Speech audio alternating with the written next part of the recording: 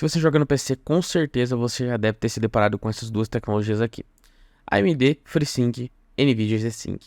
Mas para que elas servem, quando usar, por que usar e o que isso afeta no meu gameplay? Bom, antes da gente falar necessariamente das tecnologias, primeiro a gente tem que entender por que elas foram criadas, né?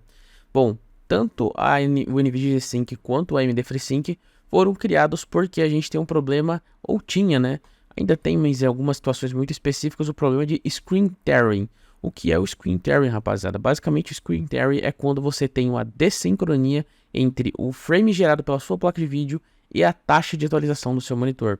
Por exemplo, se você tem um monitor de 144 Hz e você está jogando um jogo a 125 FPS, como eles não têm um valor igual, entre aspas, em algum momento vai ter uma desincronia, você vai ter uma quebra nessa imagem, como essa imagem que eu estou colocando na tela de exemplo, tá? E isso acontece em várias situações, principalmente em jogos mais rápidos, nos jogos fast pace, jogos de FPS, até em alguns jogos de competitivos como o LoL, o Dota, que não são FPS, mas que você tem um movimento de tela rápido, acontece esse tipo de coisa. Então, provavelmente, se você joga no PC, você já deve ter se deparado com isso daí, tá? E, bom, algumas desenvolvedoras de jogos em si, não foram nem NVIDIA e AMD que tentaram ter essa primeira solução para o problema, tentaram resolver esse problema criando o V-Sync. Com certeza, em alguma configuração gráfica de algum vídeo, de algum jogo que você testou, você já viu essa opção, V-Sync. O V-Sync basicamente tenta resolver esse problema, limitando o seu jogo à taxa de atualização do seu monitor. Ele, entre aspas, resolve esse problema em algumas situações, só que em outras situações ele só piora a situação porque ele gera a sensação de stuttering, né? Que é aquelas engasgadas, aquelas travadas que o jogo dá, que o jogo tá fluindo assim, dá uma engasgada e ele continua fluindo de novo. Tá? Vou colocar alguns exemplos de stuttering na tela aí para vocês verem que provavelmente você também já enfrentou o problema de stuttering enquanto estava jogando, tá? Talvez você não soubesse que o nome era stuttering, mas é isso daí, tá? E aí, cara, ali por meados de 2015, a NVIDIA veio com o G-Sync, a primeira versão do G-Sync, que basicamente a promessa deles era sincronizar os teus frames que a placa de vídeo gerava com a taxa de atualização do teu monitor, tá? Só que o problema no começo do G-Sync é que ele demandava de um hardware específico, um módulo que ia nos monitores. Isso limitou muito a compatibilidade de monitores no começo. Então, a partir do momento que ele foi anunciado, só dali em diante os monitores começaram a sair com esse módulo G-Sync. E eu lembro bem que ali em 2015 era muito caro os monitores que tinham isso daí. E foi passando o tempo, foi barateando. Mas papo de um mês e meio depois, a AMD veio e lançou o FreeSync, né? E o FreeSync era um pouco mais simples, você não precisava necessariamente de um hardware compatível. A grande maioria dos monitores que tinha no mercado, a grande maioria não, né? Mas boa parte dos monitores que tinha no mercado já eram compatíveis e ele não demandava de um módulo de hardware específico, então ele era um pouco mais acessível e ele não estourava, explodia o custo do valor do monitor por ter essa tecnologia, tá? E, cara, foi passando o tempo, hoje em dia a gente tem monitores de 500 Hz, 540 Hz, tem acho que tem uma versão da ASUS, que é o da Alienware, que é 540 Hz, e já tem essa compatibilidade com o G-Sync e o FreeSync. Mas qual que é o ponto de ter monitores com a taxa de atualização tão alta e ter a compatibilidade com o FreeSync e G-Sync?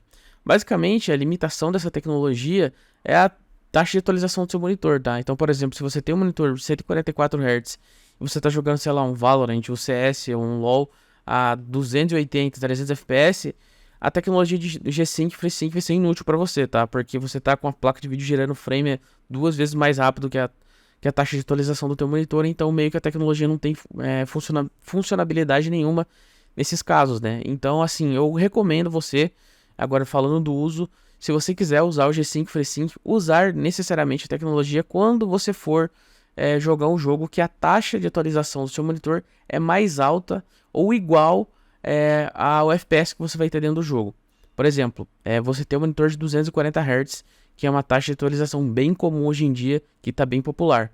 Se você tem um monitor de 240 Hz e você está jogando um jogo de campanha rodando a 100, 120 FPS, cara, o G-Sync e o FreeSync vão ajudar muito a tua experiência de gameplay. Porque nesses casos aí é onde o tearing te rebenta, velho. Ele vai ficar quebrando imagem toda hora, você vai mexer o mouse rápido, você vai ver a tela dividindo, é um inferno. E com o G-Sync e o FreeSync ligado, nesses tipos de jogos, cara, você vai sentir brutalmente a diferença de fluidez no movimento de imagem. Então, esses são os casos que eu recomendo, assim, extremamente o uso tanto do FreeSync quanto do G5, qualquer um que você tiver disponível para poder usar, vai te ajudar pra cacete, cara. Jogo de carro, jogo de campanha, até alguns jogos de FPS que são de campanha um pouco mais pesados, sei lá, o Cyberpunk no modo de primeira pessoa, que tem também, enfim, jogos pesados que vão ser rodados em taxas de frames um pouco mais baixas do que de monitores de alto refresh rate, cara, vai ajudar demais, tá?